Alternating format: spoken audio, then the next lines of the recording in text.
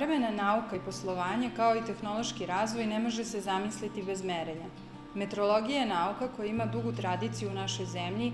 Srbija je jedna od prvih zemalja potpisnica Metarske konvencije koja je uredila današnji međunarodni sistem SI jedinica.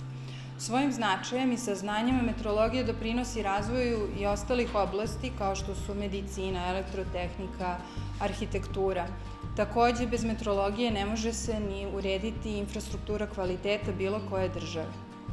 U okviru predmeta metrologije organizuje se i poseta našoj najvažnijoj instituciji za metrologiju, Direkciji za mere i dragocene metale, gde studenti mogu videti naše nacionalne etalone za sve osnovne fizičke veličine.